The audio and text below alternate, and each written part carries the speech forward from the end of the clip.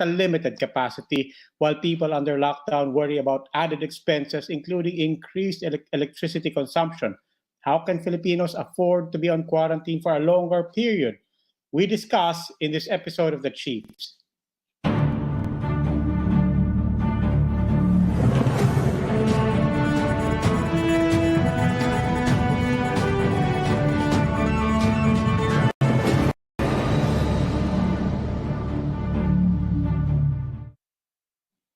Welcome to this special edition of the Chiefs. With me right now are Lucy Cruz Valdez of News 5 and Ami Pamituan of the Philippine Star. Lucy, Ami, welcome. Good evening. Look, our guest tonight, I understand, will have limited time with us. And also, very important guest, a lot of things to discuss with him. So, diretso na tayo sa kanya. Kasama po natin ang bagong head ng NEDA, Mr. Karl Kendrick Chua. Secretary Chua, welcome to the Chiefs. Good evening to everyone, to Robbie, Lucy, and Ami, and to our viewers. Good evening. Okay. Secretary Chua, let's dive straight into it. People are very anxious, excited, looking forward, nervous, and so on. So many emotions with regards to the question of getting back on track, getting back to their work, and so on. But on a macro level, how is NEDA looking at this? How do we get the country's economy back on track? Well, we are actually in a very good position right now to address the COVID crisis. We entered 2020 actually with one of the strongest economies in the region. In fact, if I may say, also in the world. Despite the global slowdown caused by the trade war and other factors, we actually saw the economy growing by an average of 6.6% between 2016 and 2019. And we saw, because of our Build program, wherein we put almost ₱1 trillion last year and the year before that on infrastructure, we were able to bring down poverty, unemployment, and underemployment rates to the lowest ever in many, many decades. And so we entered 2020 with a very strong start. Unfortunately, we saw 3 succeeding non-expected shocks that hit the economy hard. In January, Taal volcano erupted. No one expected that. In February, the global pandemic started, and tourism and trade, particularly from China, slowed down significantly and actually collapsed. And in March, we took the very difficult decision of closing down the economy because our priority was saving lives. And because of ECQ, we have saved more than 100,000 lives. And we are far better than other countries with cases numbering up to 1 million. So this is where we are right now. Fortunately, we have used the time wisely to buy time to make our health sector ready. We are testing more than 8,000 per day, and that is a good sign. And in fact, as of today, more than 2/3 of the country are under general community quarantine, and Manila is under the modified ECQ. And so we are starting to see the light at the end of the tunnel. And if we work together, if all of us stay home, only go out to buy food, we avoid spreading the virus. If all of us contribute our little effort, then we can get this economy restarted very soon. So that is where we are. Okay, so Secretary, I think the message is that, look, nakapag-imbak naman tayo, marami naman tayong bala, meron tayong panlaban. But the next question is, where do you spend that? Where do you focus the resources as we emerge into whatever modified form of ECQ is out there? Let me continue the story. So a while ago, I talked about the real economy. So GDP and the employment and underemployment being very good. Let's talk about the fiscal resources. In 2019, we hit the highest revenue to GDP effort of 16.1% of GDP, the highest since 1997 or 23 years. We also have the lowest debt to GDP ratio. 15 years ago, we were borrowing and our debt reached almost 80% of GDP. Today, it is down to 39% of GDP. So in summary, we have a very big room or fiscal space. And that is what we are actually using to support the 18 million poor families who need social amelioration. It is what we are using to support 3.4 million employees of small businesses and also how we are providing adequate capacity to the healthcare system. So we have adequate funds and we are using them wisely. And we are going to borrow more because this is a pandemic and we have to respond. But we have a very good fiscal position to do so. In fact, so long as we use the money properly to revive the economy, put it in infrastructure and in the healthcare system, this will create a number of opportunities and hasten our recovery. Secretary Chua, I want to focus on the positives. Now, that's a pretty positive picture of what we can expect in the coming months. And you mentioned infrastructure and BBB.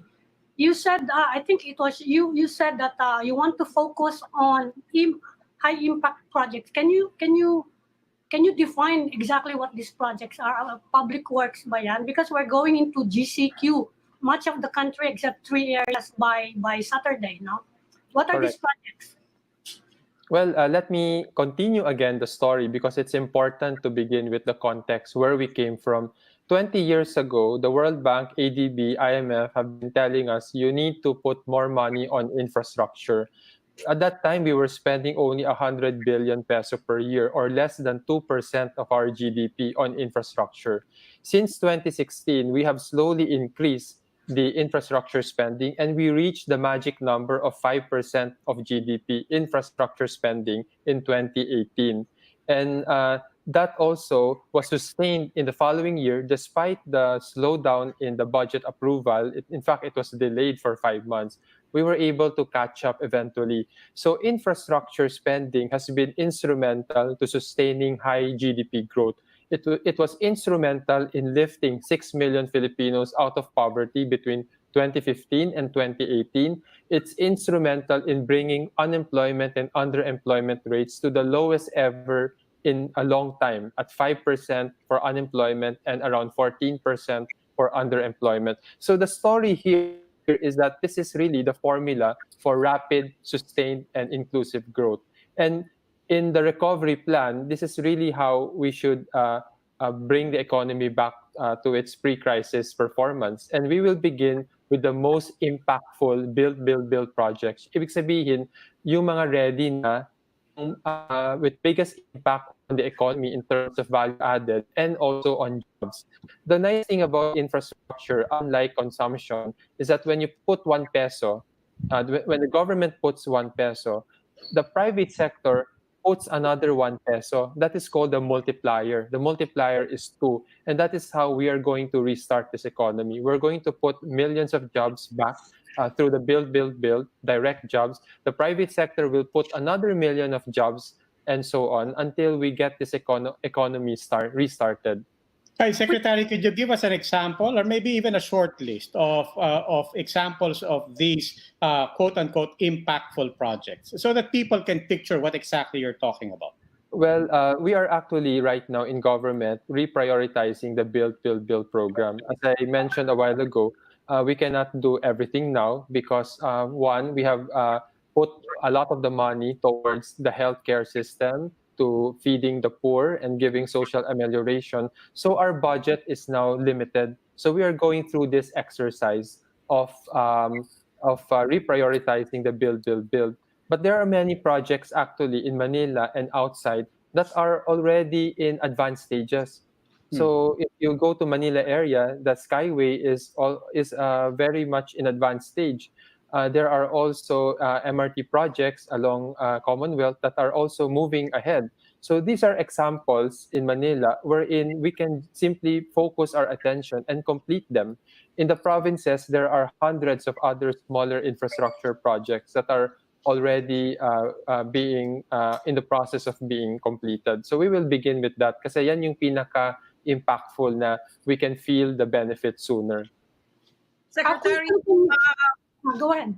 Secretary, let me reverse the question. Which among the BBB projects will probably have to take a back seat for now? In general, because we are still discussing, if the project hasn't started at all, it's still under feasibility study or the financing is not yet ready, then maybe they can wait a bit.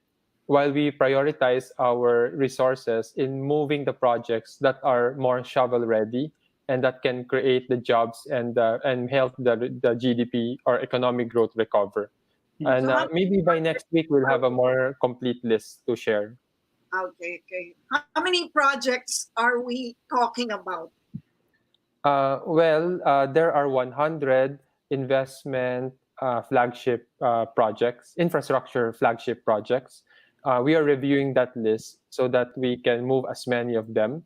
There are actually thousands of other smaller projects that are not seen by us in Manila, but are very impactful in the province, because that's how low-income people, rural countrymen, can access basic services. So if you imagine a school child traveling 1 or 2 hours to get to school and going back, if we have a road for them, if there is public transport, then that improves productivity. So those are examples. But again, maybe by next week we will have more, a list after the vetting and review process to share with everyone. Secretary Neda is also being urged to speed up the rollout of the national ID system. Sabi nila, if this was available na, mas hindi ganyan kagulo yung distribution ng social amelioration program. How is it coming along, the national ID? Well, Ami, you are perfectly right that if we had the national ID, then it would be much better. We would have reduced the inefficiency and possibly leakages and save a lot of money. So when I was appointed as acting NEDA secretary, I met with the PSA actually almost every other day, and I was very hands-on. I realized that we can work together better, and we actually move many things. In fact, by Monday, we will have started the procurement of the final major package, which is the systems integrator. In fact, people can visit the PSA website, and it's already announced the plan going forward. We are not going to be able to do the registration immediately, because can you imagine if 100 or 1,000 people go out to registration centers, line up? That will violate social distancing. If you put your fingers and your iris sa scanner and fingerprint scanner, that's also leaving a trace of the virus. So we will have to do this carefully and not rush it, kasi baka it becomes a source pa of the spread of the virus. So we will prepare, and when it's ready and safe, we will register as many as we can, up to at least 5 million households. And we will start with the poor with no ID. So mga kailan kaya Secretary, yan? Anong timetable? Mga kailan kaya yan?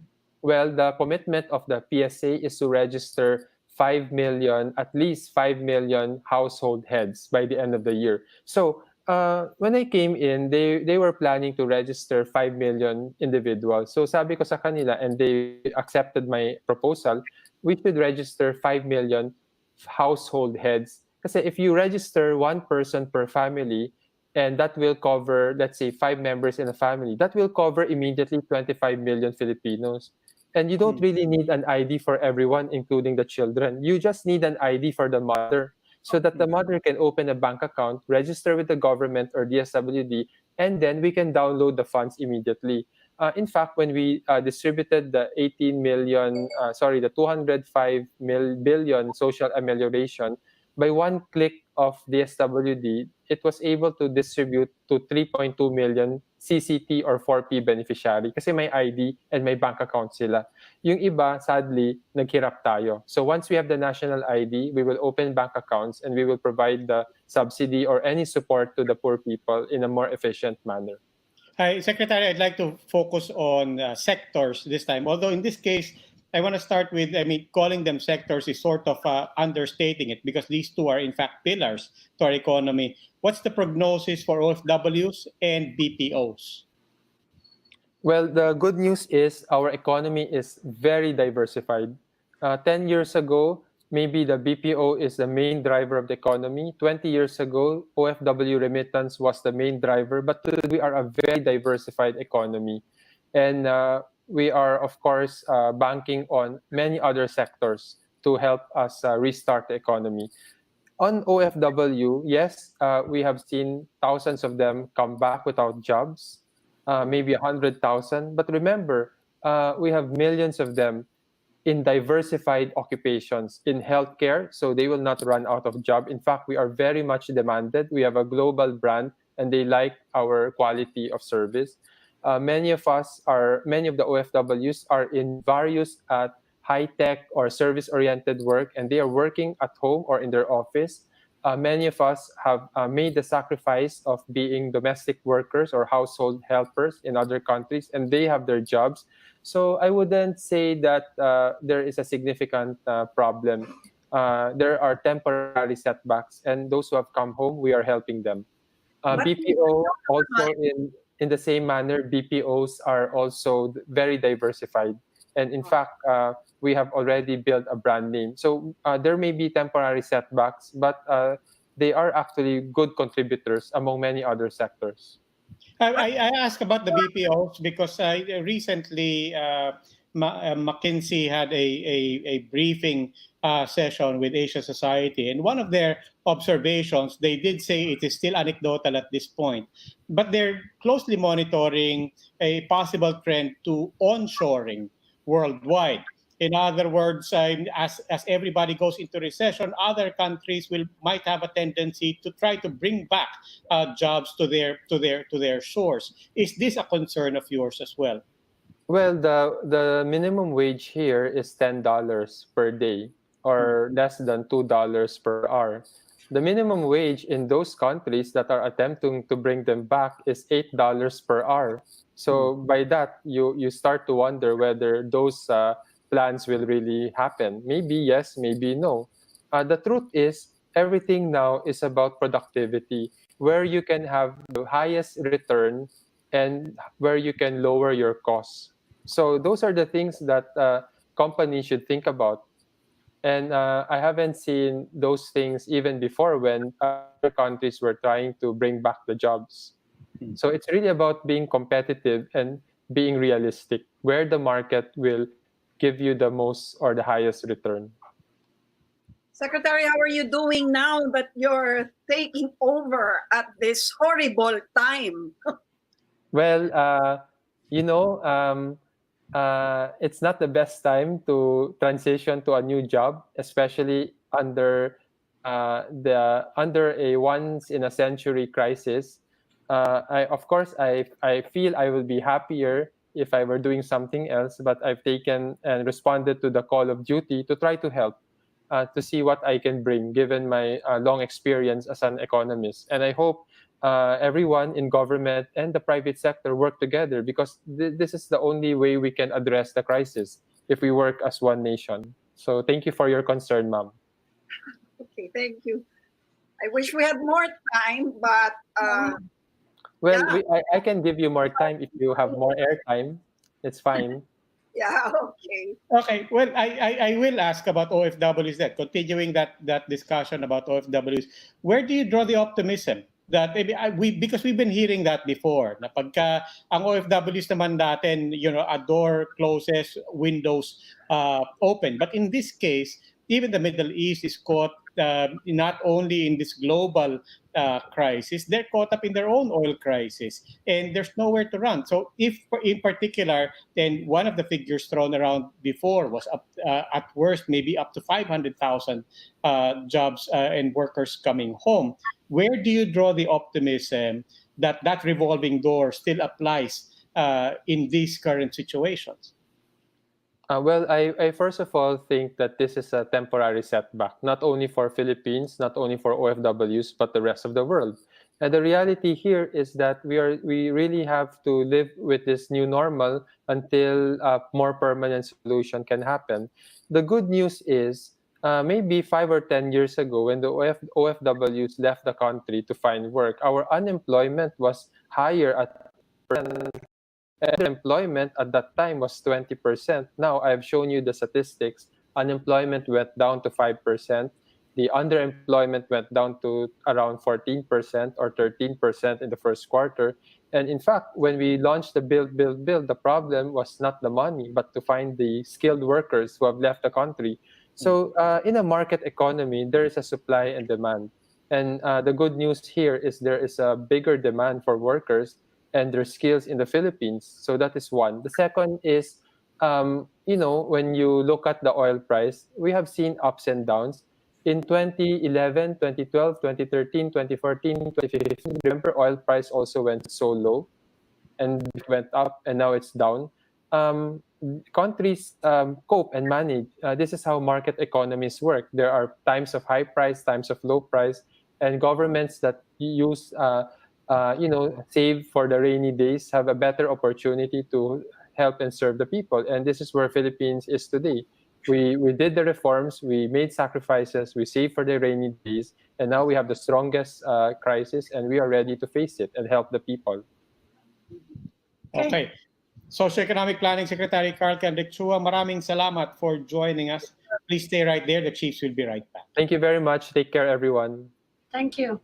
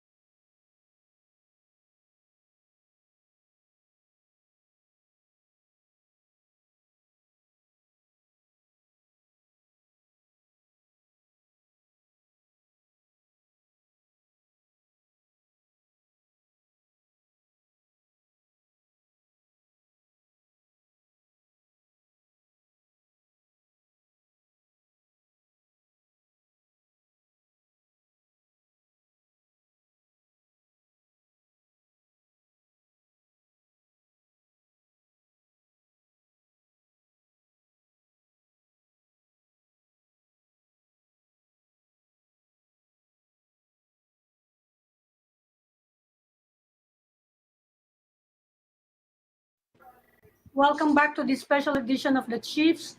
We would like to welcome Governor Ben Evardone, whose province has been the entrance for Typhoon Ambo, no, sa San Policarpio Town. Governor Evardone, naririnig po niyo kami? Yes, good evening. Good evening, Robigo. Yes, Good evening po. yes, si Robbie and Lucy, no? Kumusta naman? Kasi narinig ko na sabi nyo, you had to evacuate. Ang lakas-lakas ng mga picture na nakita namin ng mga typhoon sa bayan nyo, sa probinsya nyo. And you said, ang pinakamalaking problema ngayon is the evacuation. Yung evacuation, you described it as a nightmare. Considering na we're doing this in the middle of the pandemic at kailangan natin ng social distancing. Kumusta na po yung status ng probinsya? Well, sa ngayon, humupa na yung bagyo, salamat. At pero total blackout kami dito, walang electricity. Mayroon po kaming 6 na bayan na walang communication lines sa telepono. Even our radio facility of the province was destroyed, cannot access sa area. So, ngayon, marami po tayong mga nasa mga evacuees ngayon. Unfortunately ngayon, we were not able to use the evacuation centers because all of them we converted into COVID ligtas centers. No? So, nasa mga eskwelahan po yung mga kababayan po natin ngayon. Ang problema namin yung issue ng social distancing, etc. and other health protocols na dapat mapatupad. So anong ginagawa niyo, sir? Anong, sabihin na natin, best scenario para sa social distancing? Yun ang best scenario, sana nga walang mga symptomatic kahit na yung mga ill tinatawag na influenza like illnesses hindi magtawahan, no? Kasi ngayon sa totoo lang hindi rin nare-report ngayon dito Lucy at saka Robbie yung may outbreak din kami ng dengue dito ngayon kasi Sabay-sabay talaga. Sabay so nagkaka-problema kami ngayon dito. But nevertheless, I'm thankful that we have a very good frontliners here, no? 2 months namin binubuo ito, binubuno, COVID-free ang Eastern Samar.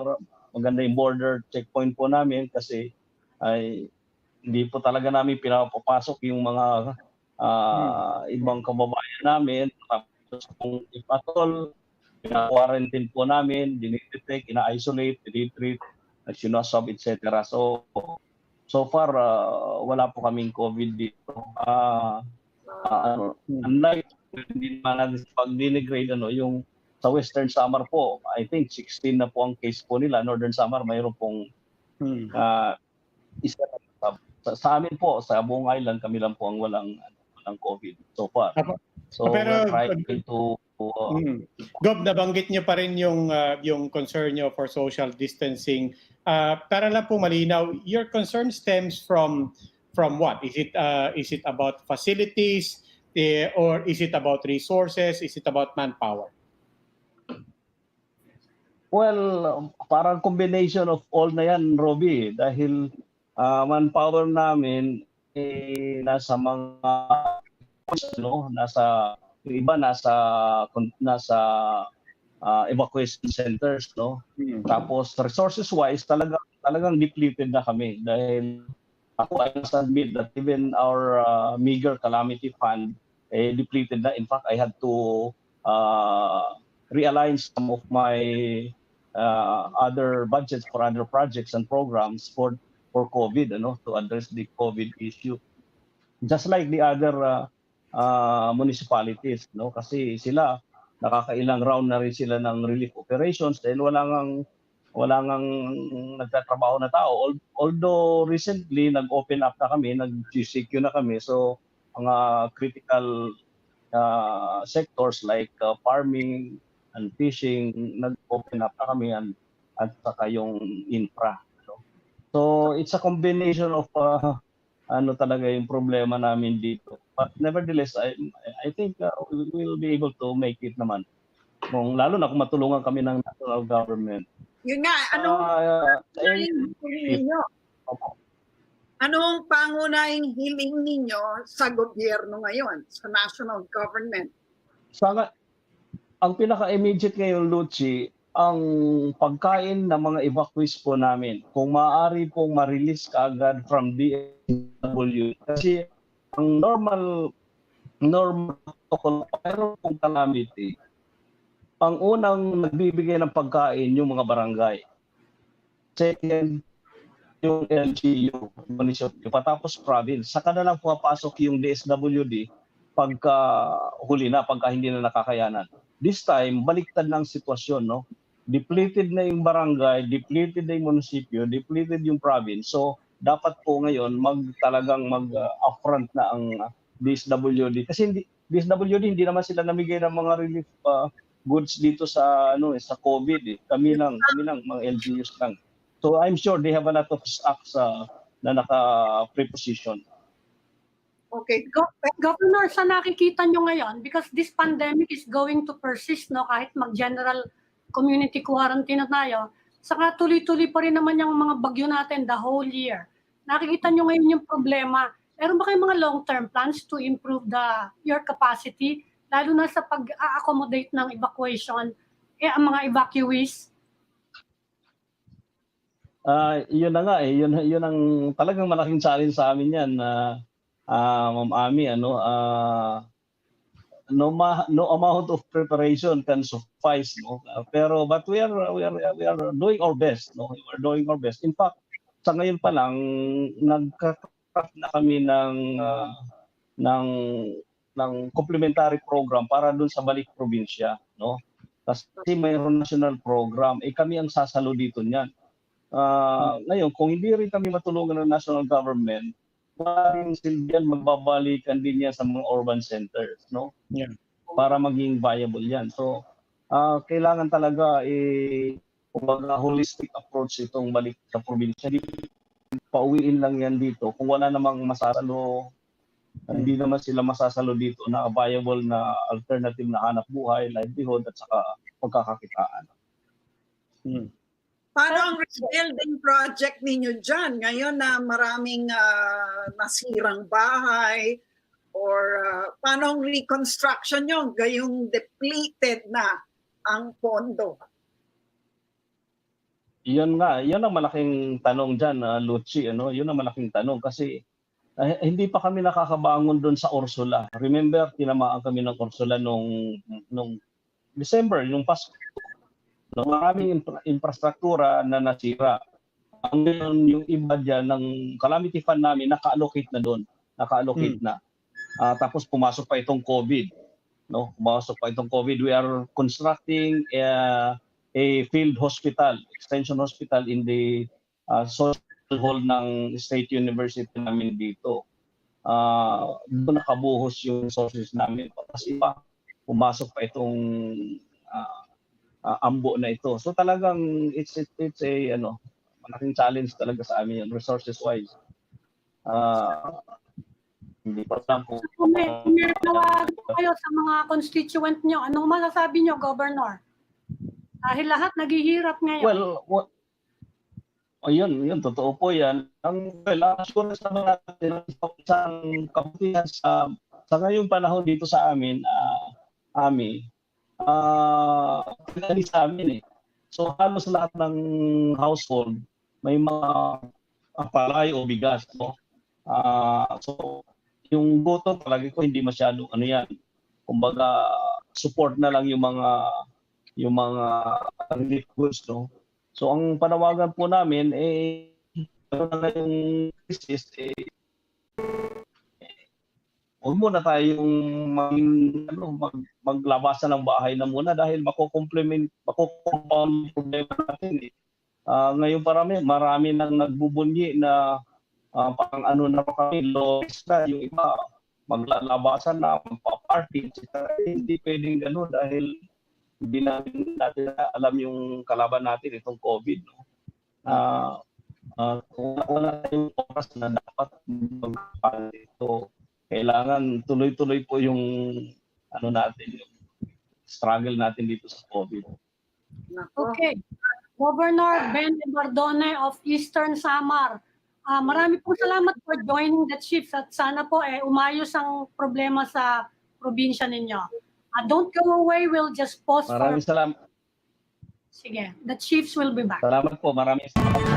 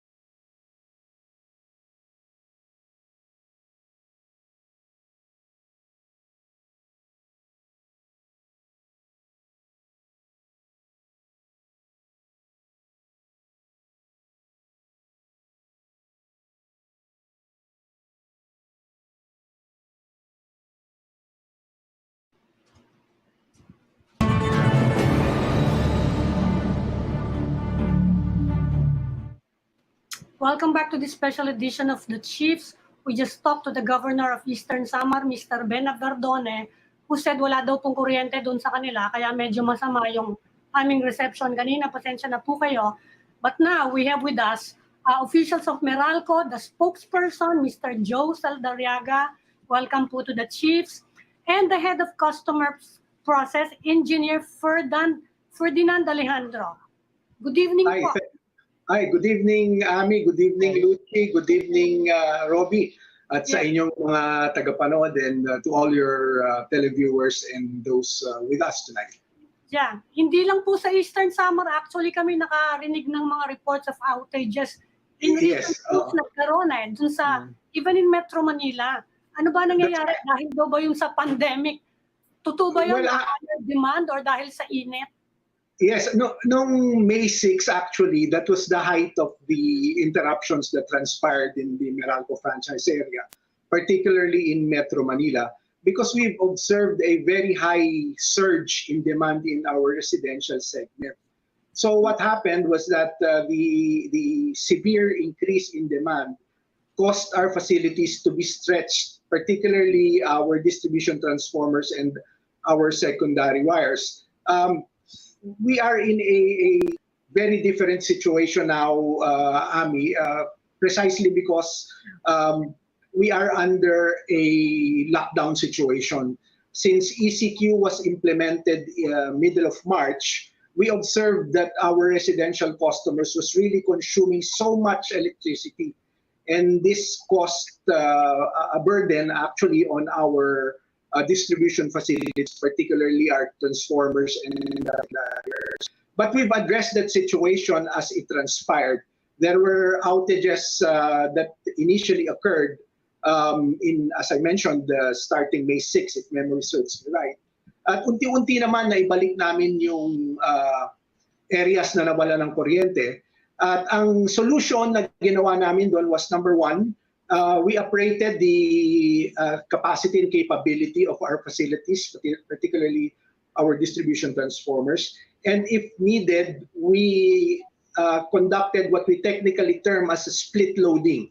Ibig sabihin sa isang kalye, kung masyadong mataas na yung binibigay na load consistently during that particular day, ilipat na namin yung ibang areas into another distribution transformer or facility. So inunti-unti namin yan, and I'm happy to report that we're almost restored all affected customers. The last time I saw, I think it was just this evening, we have around 2,000 left, customers left from a high of almost 700,000 in May 6. So we're slowly making inroads in so far as the restoration of electricity due to severe high demand is concerned. And the other thing that exacerbated the situation was the extreme temperatures what we are really experiencing right now. I understand based on news reports, umaabot pa ng 42 to 50 degrees. Yeah. And- Speaking of which, Mr. Zaldarriaga, what's the prognosis? Joe na lang. Formal tayo ngayon eh. Sabi sa amin, kailangan daw, kung di nga raw pwede. But given the heat, on the one hand there's heat, on the other hand we are expecting some rain to come in. Given both, what's the prognosis for our power supply looking forward? Well, we've actually already remedied the situation, as I've mentioned, Robbie, by operating our facilities and split loading some of the areas that we saw as critically loaded. And we continue to do what is necessary to ensure that this situation does not occur again. Because the behavior of consumers in this time of ECQ was very different compared to that of last year. And let me just say this for a fact, that actually during the summer months, this is what we call seasonality of consumption. We could really see the rise in demand. That is a given every year. But the situation has been exacerbated, as I mentioned, because we are now under lockdown. So yung kung dati, tayo, we are able to go to the office, and then after office, we're able to go to the mall during weekends as well. We are able to somehow go on a break and leave our homes. Or we even sometimes go on local and foreign vacation. We leave our house for a very long period of time or short period of time, whatever the case may be. Ngayon, iba, dito tayong lahat sa bahay and everybody is consuming energy at unprecedented levels in the residential segment. So that's really adding strain to our facilities servicing the residential sector. Kaya nga in-address namin yan by upgrading our facilities. And right now, as I said, we've already managed to do the necessary correction para hindi na mangyari yung mga interruptions. Joe, pati ba yung mga jumper na address nyo? Eh, syempre, pati yung mga illegal connections. Buhay na buhay. Lucia, yan din yung napansin namin. Apparently, many of those who areas had cases of illegal service connections, primarily because syempre, yung law enforcers are now more or less in the checkpoints. That is where they are doing their task. So yung dating patrolling that used to be done in what we call the hotspot areas, definitely nagkaroon ng konting easing up a bit, no? Kasi nabawasan kasi naka-lockdown tayong lahat eh. And there are particular cases, I can cite one, dun sa may area sa Quezon City, sa may Commonwealth. Pag naayos na namin, when our crew left, couple of hours, it tripped again. Nagkaroon ng explosion na naman dun sa facility. And then finally, we needed to trace it. Nakita doon sa area, meron palang nagtatap na illegal service connection na community. So that's why I was saying during my previous interface with media, at this point in time, siguro kailangan naman yung mga kababayan natin to exercise some degree of concern in the community, lalo yung mga illegal connection. But we basically pinpointed those areas. Isa pang culprit na nakita namin, yung mga nagpapalipad na sa Saranggola. Actually, the kite strings and the kite itself sometimes gets entangled in their lines or it hits our transformers, causing power interruptions even in critical areas such as hospitals. And bawal na lumabas. Sino nagpapalipad ngayon sa Saranggola? Magugulat ka, Luchi. Meron isang footage, umakyat sa bubong, doon nagsaranggola. Oo. Baka birthday, Luchi.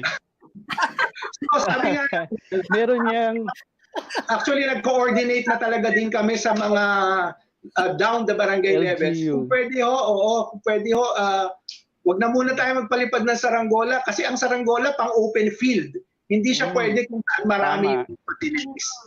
Okay, Engineer Alejandro, nakalagay dito, kayo ang head of customer process. Ibig sabihin ba po nung kayo ang tatanungin namin tungkol sa mga electricity bills na nakukuha namin? Hot topic po ngayon yan, kaya pagtutulungan po yan namin ni Joe ngayong gabi. At para mapadali po. In fairness, iba-iba yung storya na nakukuha ko. I have to say, yes, I was pleasantly surprised. We were bracing for mataas na kuryente, gagaya ng nakwento ni Joe, na totoo naman, nandito kami buong araw, nakabukas ang aircon, ang electric fan, lahat. So we were bracing for that. But we saw fine print that explained it na hindi, kaya mababa yan, in-average lang namin yung previous months mo. But there are posts on social media that we're seeing na nag-bill shock talaga yung mga tao. So parang iba-iba yung experience. Ano po ba talaga dapat ang ini-expect namin?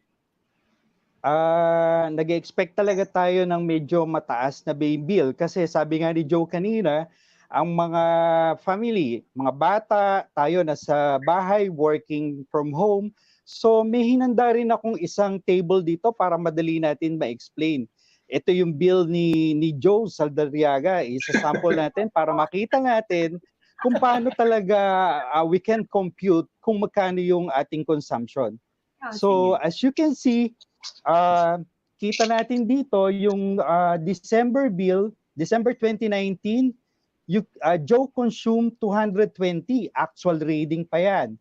And then for January, merong reading na 1220 yung past month, and then yung current month for January 1400. So ang na-consume ni Joe is 180, actual reading pa. And then February also, Joe consumed 200 kilowatt hours, actual reading kasi parang normal situation pa tayo. But come March, di ba, in compliance to the enhanced community quarantine, we suspended the actual meter reading of our customer on March 16. Kung walang reading, Robbie, anong i-render natin na bills sa customers? So we rendered estimated bills to our customers using the approved methodology of using the daily average consumption of the preceding 3 months. So para sa buwan ng Marso, kukunin mo yung daily average nung December, January, February, di-divide mo ng 3, kaya we arrive at 204 kilowatt hour, the estimated kilowatt hour for March. Remember, ito ay approved methodology ng ERC's for distribution services rule. So for March, we use 204 as explained, pero yung basis nito, Roby, yung 3 preceding months used in March are considered low consumption months, di ba? December, January, malamig pa yan, so hindi tayo nagbubukas ng aircon compared to the summer months. So baka hindi lang 200 yung nagamit mo kasi nga, 204 kasi mainit na yan. And for April, we use the daily average of January preceding 3 months. So kung April lang kinukuha natin, average daily consumption nung January 180 plus 200 plus 204 divided by the total number of days. So we arrive at 193. So alam naman natin, as Joe said kanina, yung April sobrang taas ng temperature, ang gamit natin ng kuryente, everyone's at home, so appliances are switched on most of the time, especially fans and aircons. And then dahil ECQ, work from home, ang mga bata nasa bahay din, so baka hindi sapat yung 193 na estimate na ginamit natin. Okay, so now we have read the meter this May. Starting May 4, nagbasa na po tayo ng may meter reader na tayong dineploy sa ating field. So para basahan ng ating mga metro. So ngayon po nakapagbasa ang meter reader, ang nakalagay dito sa metro ni Joe 2350 ang reading niya. So ang gagawin natin ngayon dito, Roby, yung 2350 na reading for May, ima-minus natin yung reading noong February 1600. So makakakuha tayo ng difference na 750 kilowatt hour. Kaso nag-advance ako ng March estimate sa iyo ng 204. And then sa April nag-advance din ako sa iyo ng 193. So yung net kilowatt hour consumption that I will bill you for May ay 353. So, ganito namin kino-compute ngayon ang mga bills para magkaroon ng adjustment yung estimated that we gave in March and April. So, mataas talaga ang magiging net kasi nga yung ating ginamit. Linawin ko lang po as of May, bale nakahabol na yon. Yun na yung tama. As of May, pag nagtuos na tayo. Wala akong inaangkay na pagtutuos beyond May. Humabol na yon, nakahabol na yung account. Nakahabol na kung ikaw ay babasahan po ngayong Mayo.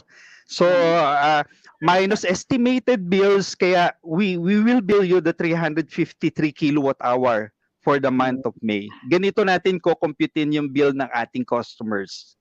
Okay? So tataas na actually, no? Tataas. Reasonable ba yung nila times 4? Madagdagan ko lang, kung papansinin nyo yung konsumo, actually ito yan eh.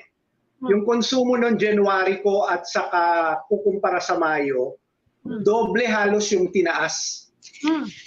Because of the fact, sabi ko nga kasi nung yung January, malamig yung panahon, December, yun yung basehan ng meter reading.